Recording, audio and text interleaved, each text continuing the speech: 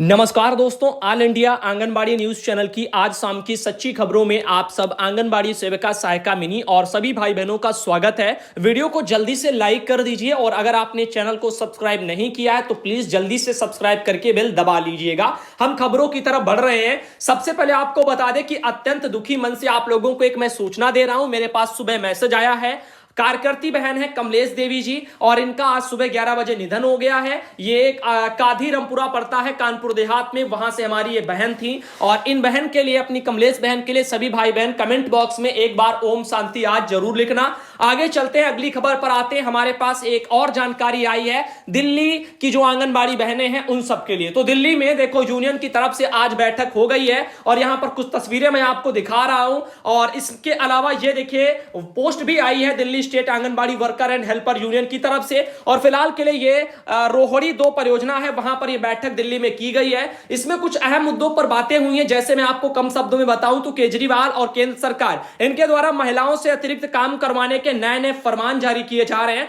इसी का बहनों ने विरोध किया है और जल्द ही बहनों ने कहा कि अपनी वाजिब हकों को लेकर के सरकार और विभाग को अपना मांग पत्र दिल्ली की बहनें सौंपने वाली हैं। तो फिलहाल देखते हैं जल्दी आप लोगों को दिल्ली में भी आंगनबाड़ी यूनियन की तरफ से जो है छोटा सा धरना प्रदर्शन या ज्ञापन सौंपते हुए बहनें नजर आएंगी अपनी समस्याओं को लेकर के। आगे चलते हैं और भी आपको बता दें, एक मैसेज आया है। रेखा वर्मा बहन है, उन्होंने कुछ लिखा है। थोड़ा बहन के शब्दों पर गौर करिएगा।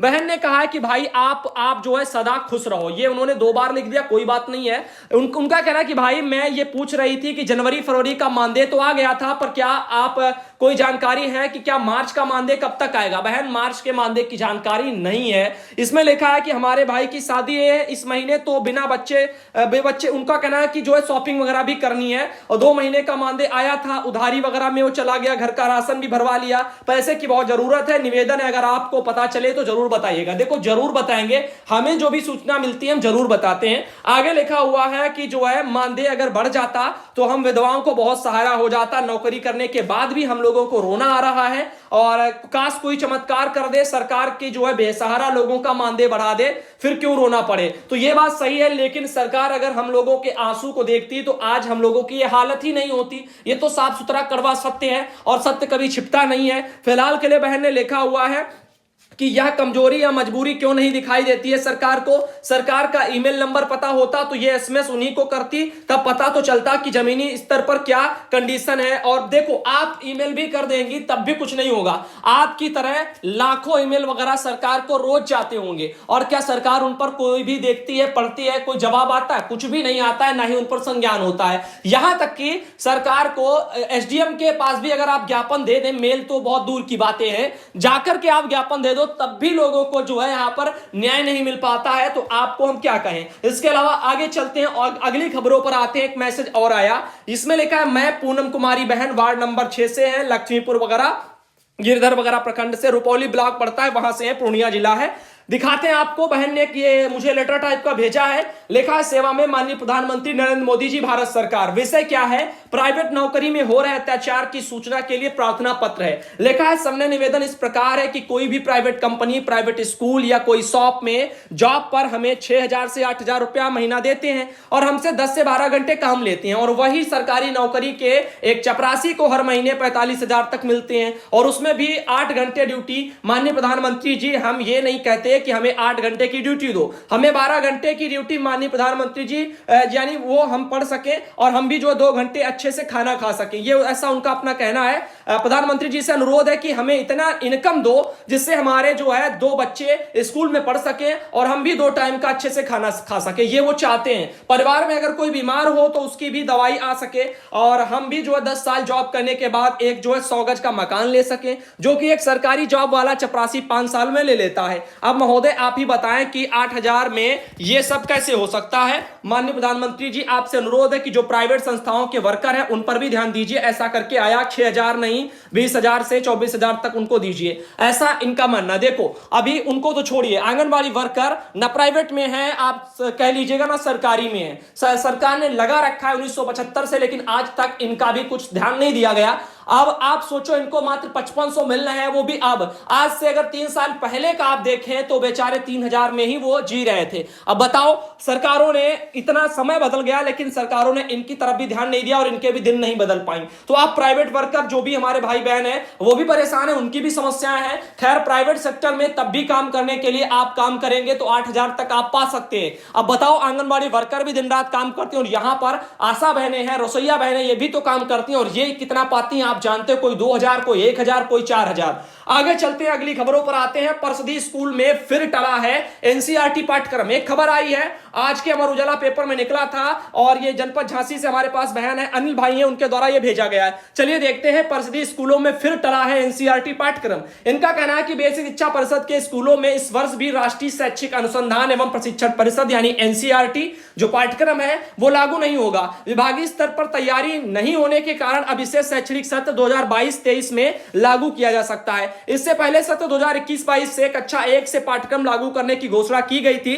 प्रदेश सरकार ने 2018 में एनसीईआरटी पाठ्यक्रम लागू करने को कहा था। इसके बाद 2019 और 20 में भी इसे लागू करने के लिए कहा गया, जो है लागू नहीं किया जा सका। अब 21 में भी देखो ये संभव नहीं लग रहा है। अब यही होती है आधी अधूरी तैयारी के पहले घोषणाओं को सरकार जमीन पर उतार देती है और 3-3 साल गुजर जाते हैं, वो जमीनी स्तर पर पूरा नहीं कर पाते हैं। चाहे आप प्रमोशन हो, चाहे भर्ती हो, चाहे ऐसे आपका एनसीईआरटी पाठ्यक्रम हो, चाहे कच्चे राशन का वितरण हो, कोई भी योजना सरकार लाए, कुछ भी लाए, वो आधा अधूरा ही लेकर के आते हैं। पोषण ट्रैकर एप्लीकेशन आया लेकिन तैयारी नहीं है। भर्तियां निकल गई हैं उत्तर प्रदेश में लेकिन तैयारियां जो है नहीं है, वहां पर फॉर्म नहीं लिए जा रहे। रिक्त पदों का विवरण तैयार नहीं है, भर्तियां निकल गई हैं, लास्ट डेट निकल गई है। बताओ ऐसे कैसे चलेगा। आगे देखिए, सुधांशु भैया जी नमस्ते, मैं आंगनबाड़ी सन्नो मौर्या फतेहपुर से हूं। आंगनबाड़ी की भर्ती प्रक्रिया शुरू नहीं हुआ है, इसकी डेट 16 अप्रैल है। क्या डेट अभी बढ़ेगी? तो देखो, डेट बढ़ेगी ऐसा मेरा मानना है, अनुमान है, क्योंकि रिक्त पदों का विवरण सभी जनपदों में अभी तैयारी नहीं है। जब फॉर्म ही अप्लाई नहीं होंगे तो जाहिर सी बात है डेट तो बढ़ेगी। अब ऐसा तो है नहीं कि हवा में भर्ती हो जाएंगी, तो कहीं ना कहीं इंतजार करिएगा, समय का जो है और समय के साथ सब कुछ पता चलता रहेगा।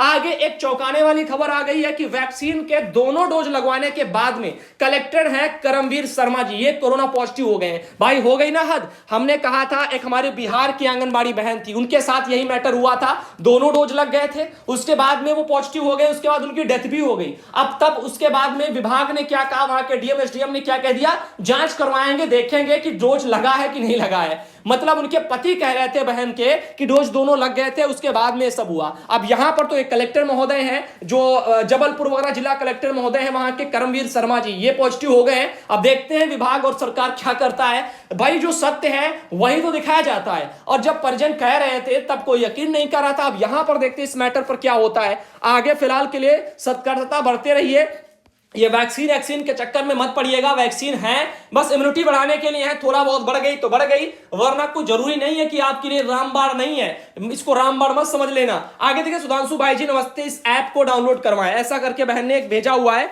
ये बहन हमारी है सुमन बहन बुलंदशहर से। इनके अलावा आगे चलते हैं और बताते हैं, चुनाव ड्यूटी के दौरान अगर डेथ होती है तो 15 लाख रुपया मिलेगा। यह भी एक आर्टिकल छपा हुआ है, कैबिनेट के फैसले वगैरह से ये सब बोला गया। घायल होने पर भी अनुग्रह राशि बढ़ा दी गई है। तो फिलहाल के लिए इसका सरकारी आदेश तो मेरे पास नहीं है, ये मैं आपको खबर छपी हुई दिखा रहा हूं। और अक्सर जो है अखबारों में छपी हुई खबरें गलत भी हो जाती हैं, क्योंकि वो लोग ऐसे ही छाप दिया करते हैं। तो हम आपको सरकारी आदेश दिखाते हैं, अगर हमारे पास सरकारी आदेश आ जाएगा तो हम आपको वो भी दिखा देंगे। फिलहाल के लिए इसमें देख लीजिएगा, बोला गया कि जो है असामयिक वगैरह, देखो मतदान मतगणना वगैरह को लेकर के बातें हैं, चुनाव ड्यूटी की मैं बात कर रहा हूं। उस दौरान अगर जो है किसी की दुर्घटना में डेथ हो जाती है, उस दशा में अनुग्रह राशि के रूप में 10 लाख रुपए दिए जाने का प्रावधान है, जिसे बढ़ा करके अब 15 लाख कर दिया गया। पहले 10 लाख था, 15 लाख हो गया है। तो देखते हैं भाई आगे क्या होगा। बाकी देखो यहां पर ऐसी चीजें हैं लेखा, इसी प्रकार ड्यूटी के दौरान किसी असामयिक दुर्घटना जैसे आतंकवादी हिंसा, असामाजिक तत्व, इनके द्वारा दशा में मृत्यु होती है तो 20 लाख रुपए का अनुग्रह राशि थी और उसको बढ़ा करके अब 30 लाख कर दिया गया। ऐसे करके सब चीजों को लिखा गया है। तो फिलहाल के लिए जो भी है, फिलहाल मैं तो चाहता हूं ऐसी नौबत ही ना आए कि इस अनुग्रह राशि को लेने के लिए कोई जो है परिवार आगे हाथ बढ़ाए, ऐसा दिन ही ना आए, क्योंकि वो इंसान बहुत कुछ खो चुका होगा, उसके आगे ये कीमत कुछ भी नहीं है। आगे चलते हैं और आपको बताते हैं, ये शशिकला शर्मा बहन है, उन्होंने भी ये जानकारी भेजी थी। बहन को बहुत बहुत धन्यवाद। देखिए, आंगनबाड़ी केंद्र पर राशन वितरण की जाने वाली सामग्री की मात्रा उन्होंने भेजी है। अब आप लोगों को लगभग 2 महीना पहले हम पहले ही बता चुके हैं किस महीने में कौन से लाभार्थी को क्या क्या पोषाहार बटेगा, ठीक है, ये हम चीजें बता चुके हैं। तो अब इसको दिखाना मेरे ख्याल से ठीक नहीं है। आप चाहें तो वीडियो को रोक सकते हैं, स्क्रीनशॉट ले सकते हैं, या आपके वहां खुद ही विभागीय ग्रुपों में खुद भेज दिया जाएगा, बता दिया जाएगा। आगे चलते, और हम कई बार चैनल पर खुद बता चुके हैं तो बताने वाली बात जैसी है नहीं। उमेश चंद्र मौर्य भाई जी हैं, उनके वहां से मेरे पास फोटो आई है।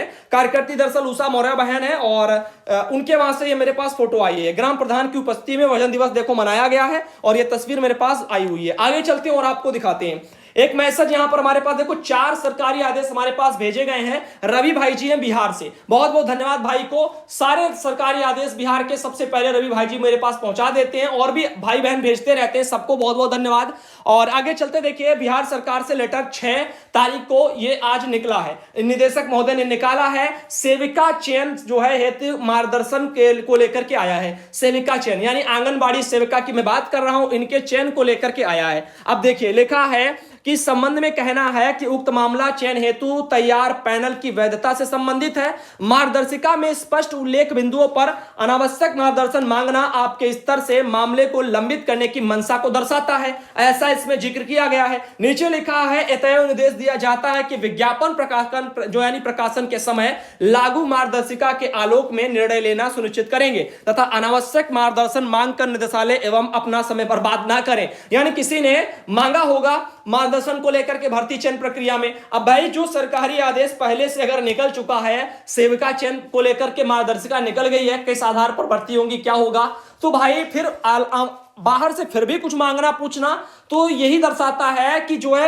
यहां पर समय बर्बाद किया जा रहा है। सेम कंडीशन अगर हम यहां पर कहें, जैसे मैंने 30 जनवरी को मैंने बोला लेटर दिखा दिया भर्ती चयन प्रक्रिया का उत्तर प्रदेश में। बहुत भाई बहन उत्तर प्रदेश के पूछते हैं सुधांशु भैया भर्ती में क्या होगा, कैसे होगा, क्या लगेगा, क्या नहीं, किसको वरीयता क्या है। जब मैंने पूरा वीडियो ही दिखा दिया है, 1 घंटे में पूरा सब कवर किया है, तो आप बेकार में पूछ रहे हैं। हम कह रहे हैं वो वीडियो देख लो, समस्या का समाधान हो जाएगा। और हमेशा कहता हूं कि सुबह 7 बजे शाम 7 बजे की डेली खबरों को समय निकाल करके देख लिया करो। जिस दिन आप छूट जाओ, कॉपी पेन उठा करके लिख लो कि आज की खबरें हमने नहीं देखी हैं, और यूट्यूब खोलो, ऑल इंडिया चैनल पर जाओ और उस डेट का वीडियो देख लीजिए, समझ लीजिए, और फिर आपकी समस्याओं का समाधान ऑटोमेटिक होता रहेगा। आगे देखिए, ये मेरे पास अगला मैसेज है, मध्य प्रदेश यूनियन से आया है। यहां पर उर्मिला जोशी बहन है मध्य प्रदेश से, उनके द्वारा मैसेज आया 5 अप्रैल को, ये यूनियन लेटर निकाल दिया है। और नए वर्जन का जो मोबाइल है, डाटा हेतु राशि समस्याओं का समाधान इन लोगों को लेकर के है। देखो पोस्टर ट्रैकर एप्लीकेशन को लेकर के मध्य प्रदेश में अच्छा खासा विरोध हो रहा है,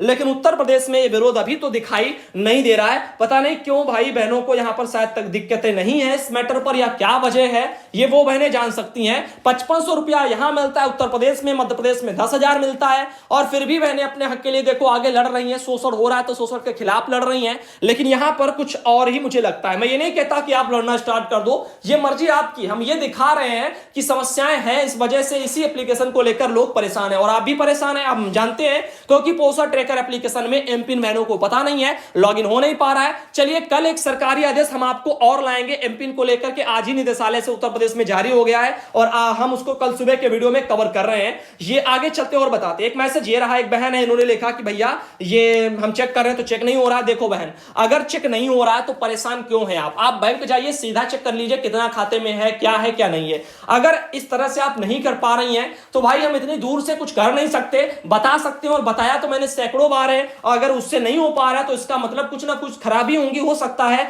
ना शो कर रहा हो आपका, तो बेवजह परेशान होने से कुछ होगा नहीं। आगे तो सुधांशु भैया, मैं बिहार से सेविका ममता कुमारी, जिला अररिया से, भैया मेरा मानदेय 5 महीने से नहीं आया है। देखो बहन ने भेजा, उन्होंने ये अपना लिख करके भी सब कुछ देखो भेज दिया खुल करके। इनका पैसा देखो यहां तक पहुंचा है, ये आप देख लीजिएगा, यहां पर दिसंबर जनवरी फरवरी का ये सब हाँ इसमें लिखा हुआ है, नहीं वाला ये ऑप्शन है, और ऊपर इसमें देख लेना ये कौन सा कॉलम है, ऊपर कॉलम पर ध्यान दीजिएगा कौन से कॉलम में यानी कहां तक क्या क्या पूर्ति हो गई है, ऊपर अपना जाना और अच्छे से उसमें देख लेना। बैंक को ये देखो भेजे नहीं गए हैं, और इस तरह से ये सब चीजें हैं। बाकी वहां से आपका बनकर के स्टार्ट हो गया डीपीओ से। आगे देखिए एक और मैसेज आया कि 5/4 को यानी 5 तारीख को आपको बता दें एमपी के शाजापुर जिले में 4500 रुपया राज्य सरकार का मानदेय भी आ गया। मैंने आपको कुछ दिन पहले बताया था मध्य प्रदेश में 5500 रुपया बहनों का आया था, अब 4500 जिनका नहीं आया था उनका भी देखो ये आ गया। अब ये मार्च महीने का होगा, शायद एमपी में 4500 रुपया केंद्र सरकार का वही आया होगा, या फिर हाँ राज्य सरकार का है। अब ये मार्च का है या कब का है ये बहनें ही जान सकती हैं। शाजापुर जिले में देखो रो रो करके राहगीरों को ऐसे करके सब बहनें कुछ लिखा भी है। फिलहाल के लिए हम आगे चलते हैं और भी आपको बताते हैं। ये एक वीडियो भी बहन ने भेजा हुआ है, वीडियो हम आपको दिखाएंगे।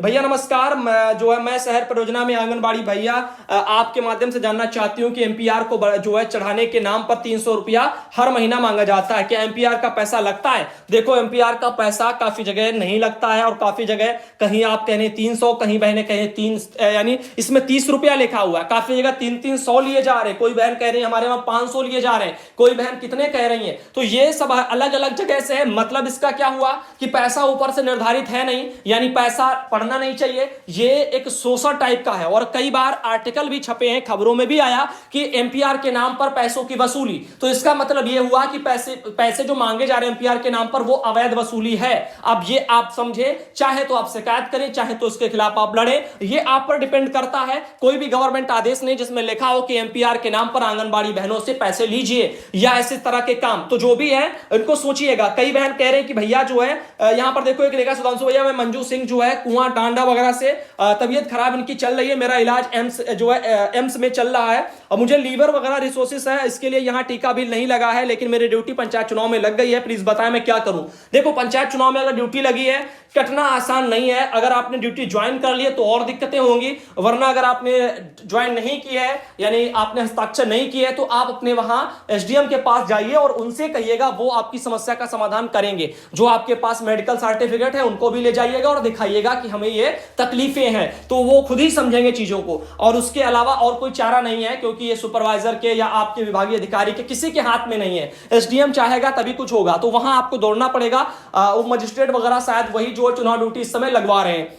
आगे देख सकते हो एक मैसेज आया हुआ, आंगनबाड़ी में कार्य करते हुए सहायिका आकस्मिक निधन हो गया है, उनके स्थान पर उनके जो है आश्रित को लगाना है, सुझाव दें हमें। देखो ऐसा नहीं हो सकता है कि घर में किसी की डेथ हो जाए आंगनबाड़ी बहन की, उनके परिवारजनों को नौकरी मिल जाए, क्योंकि ये प्रावधान है नहीं, सरकारी आदेशों में अगर जिक्र नहीं है, कुछ है नहीं नियम कायदा, तो हम ये नहीं कह सकते कि वो हो जाएगा। ठीक है, तो इन चीजों का आप ध्यान रखिएगा। और भर्ती आ रही है, आप फॉर्म अप्लाई करवाना।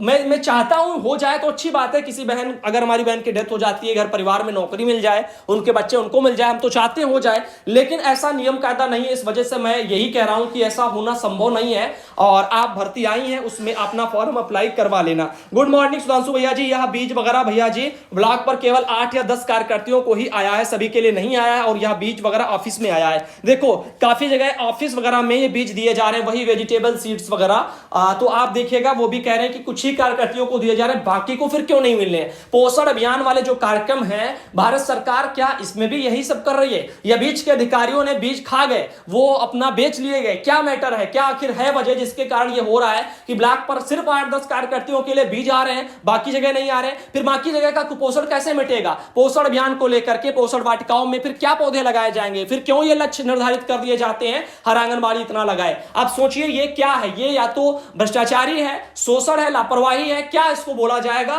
तो आप सभी कमेंट बॉक्स में कुछ सुझाव दीजिएगा। ये बीज टाइप के इस तरह के सभी लोगों को मिलने चाहिए थे। और ये क्योंकि ये आ रहा है, पोषण अभियान पड़ा हुआ है और ये शायद केंद्र सरकार से पैसा इसका ये पूरा पोटली बनकर के जा रही है। लिखा भैया जी आज 6 तारीख को सीड्स किट वगैरह मिली है, सोमवती शर्मा ब्लॉक वगैरह, ककावन वगैरह से, कानपुर नगर से। काफी जगह बहनों के वहां डाक द्वारा पहुंचे हैं, काफी जगह ब्लॉकों से दिए जा रहे हैं। जहां पर मैटर कुछ भी ब्लॉक से होकर के आता है वहां पर हो जाती है भ्रष्टाचारी, और जहां पर डायरेक्ट आ रहा है वहां पर कोई दिक्कत ही नहीं है। अब देखो आगे क्या होता है। एक मैसेज और है हमारे पास की स्थिति पर इनको वैक्सीन लगनी है। देखो 8 और 9 अप्रैल को मीडिया बंधुओं को लगनी है, विभिन्न प्रतिष्ठानों के दुकानदारों को लगनी है, 10 अप्रैल को बैंक और इंश्योरेंस कर्मचारियों को, 12, 13, 14 अप्रैल को स्कूल व कॉलेज के अध्यापक, 45 साल से ऊपर वालों की बात कर रहा हूं मैं, 15, 16 अप्रैल को बस, ऑटो रिक्शा ड्राइवर, रेहड़ी व पटरी के दुकानदार, 17 और 19 में सरकारी कार्यालय में अधिकारी और अधीनस्थ कर्मचारी, 20 और 21 अप्रैल को अधिवक्ता बंधु और जो है जुडिशियल वगैरह कर्मचारी, 22, 23 अप्रैल को प्राइवेट कार्यालय के अधिकारी और कर्मचारी।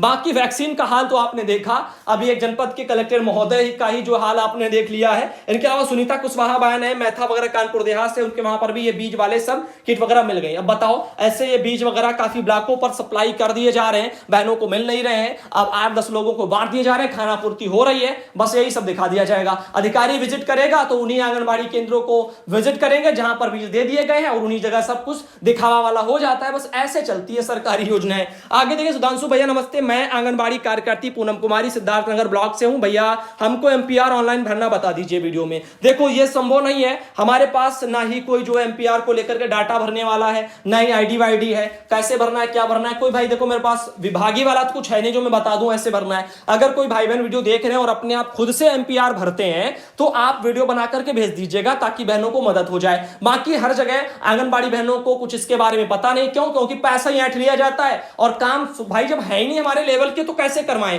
तो ऐसा भी कुछ ना कुछ रीजन होगा। आंगनबाड़ी बहनों के लेवल से होंगे तो आंगनबाड़ी बहनों पर काम सौंपा जाता, ना कि पैसा ऐंठा जाता। यहां पर सीधा पैसा मांग लिया जाता है। देखो, जांच में मिली लापरवाही, रोकी गई वेतन वृद्धि। ये कानपुर देहात में भी एक खबर छपी है कि मंडौली जो है पीएससी में 1 अप्रैल को एक महिला को 2 बार कोविड-19 का जो टीका लग गया था ना, उसी मैटर पर यहां पर ये जांच मांच हो गई है और इनके ऊपर कार्रवाई भी देखो एनम बहन पर कर दी गई। तो ये तो संभव था, क्योंकि भाई फोन पर आप बात कर रहे हैं और 2-2 टीके एक इंसान को आप लगा रहे हैं, तो ये बहुत बड़ी लापरवाही का गोता है। भाई आप किसी को इंजेक्शन लगा रही है, इतना बड़ा वैक्सीन लगा रही है और आपका ध्यान कहां है? फोन पर है। आपने 2 टीके लगा दिए, आपको यह भी नहीं पता होगा कि आपने लगाया कहां पे है, मतलब मांस में लगाया, कहां लगाया, कैसे लगाया है। आप इतनी बड़ी लापरवाही कैसे बरत सकती हैं? आगे देखिए, आंगनबाड़ी कार्यकर्ती जो है द्रौपदी देवी जी हैं, उनके वहां से भी एक फोटो आया। इनके अलावा एक ये आंगनबाड़ी बहन है माधुरी देवी, इनके वहां से भी एक फोटो आया। इनके अलावा एक ये बहन है गीता मौर्य, इनके वहां से भी एक फोटो आया और साथ ही साथ एक ये मैसेज लिखा हुआ टाइप करके बहन ने भेजा है। सुधांशु भैया जी नमस्ते, मैं विधवा हूं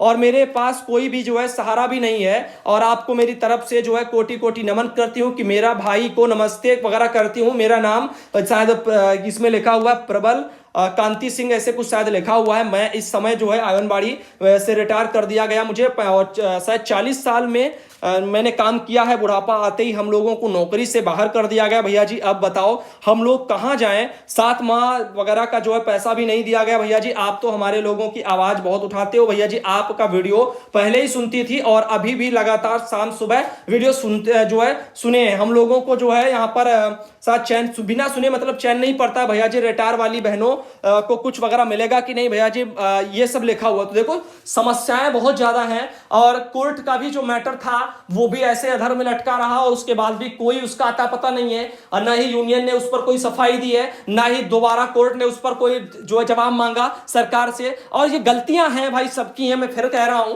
बहनों ने जिन्होंने पैसा दिया यूनियन वालों को, बहनों को चाहिए था जिन्होंने पैसा दिया रिटायर वाली बहनों ने, वो अपना पूछे कि भाई हमने पैसा दिया है, हमारा कहां तक मैटर क्या हुआ। फिर देखो क्या होता है, बहनें भी चुप, वो भी चुप, और यूनियन वाले क्या, उन्होंने जितना था वो लगा दिया, उसके बाद वो भी चुपचाप बैठे हैं। अब कम से कम नहीं कुछ हुआ है तो बताइए, कम से कम लोगों को आसरा तो कम से कम ना रही रहे कि भाई हमारा मैटर चल रहा है कि नहीं, क्या है क्या नहीं है। तो कम से कम वो इस टेंशन से छुटकारा मिल जाए, अपना समय ये मानसिक तनाव से हटा करके कहीं अपना काम पर लगाए, कुछ भी करें, वो उनका कुछ ना कुछ अपना सही दिशा में लगाएंगी। लेकिन यहां पर सब दिक्कत वाला ही जो है क्रिएट हो रहा है। फिलहाल मैं चाहता हूं सभी यूनियन के भाई बहन, क्या मैटर है 62 वर्ष रिटायरमेंट पर जरा बताएं, और अगर आप बताएंगे नहीं तो फिर पता नहीं चलेगा। इसके अलावा पैसा देखो लिया है यूनियन वालों ने, सब कोई जानता है, और बहनें खासकर जिन्होंने दिया होगा वो तो जानती कि उन्होंने कितना दिया। हमने नहीं पता, हमें नहीं पता कि मतलब किसने कितना दिया, आप जाने। रिटायर तो 50,000 हुई है। अब ये भी है सच कि 50,000 बहनों ने तो सबको दिया नहीं है। अब जो भी है जैसा है,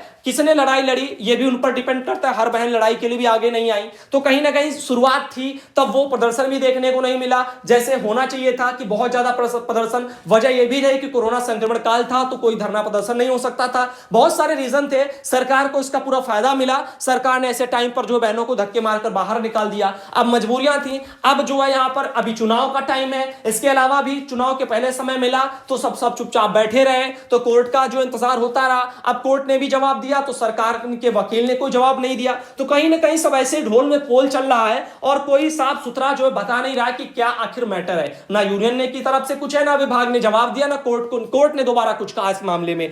अब आगे देखिए, सुधांशु भैया यहां पर लिखा हुआ है कि जो है एक ये बहन है, फिलहाल ये उत्तराखंड से सुमन देवी बहन है, इनके द्वारा भी ये मैसेज मेरे पास आया है। एक मैसेज ये उनके वहां से कुछ फोटो भी आई हैं, साथ ही साथ आप देखिएगा ये गीता बहन है, उनके वहां से भी एक फोटो आई है, और एक ये बहन है इनके वहां अलीगढ़ वगैरह से है मंजू देवी बहन। साथ ही साथ एक ये गोद भराई हो रही है अरौरी हरदोई वगैरह में, देखो ये शायद कहां से है, भीठा वगैरह से ऐसे कुछ लिखा है। फिलहाल के लिए ये मुझे याद आया हरदोई में अहिरोरी से 15 तारीख को मेरी माता जी की भी जो ड्यूटी अहिरोरी वगैरह ब्लॉक में ही लगी हुई है। तो अच्छी बात है। फिलहाल आप बहन कहां से हैं और इनका नाम सेव नहीं है हमारे पास। ये इसमें लिखा हुआ है भीठा महासिंह, एक ही में लिख दिया तो पढ़ने में भी दिक्कत हो रही है कि कौन है और कहां से हैं। फिलहाल के लिए कोई बात नहीं है, अगर वीडियो आप देख रहे हैं तो दोबारा मैसेज कर देना। इनके अलावा ये तस्वीरें भी आई हैं और यहां पर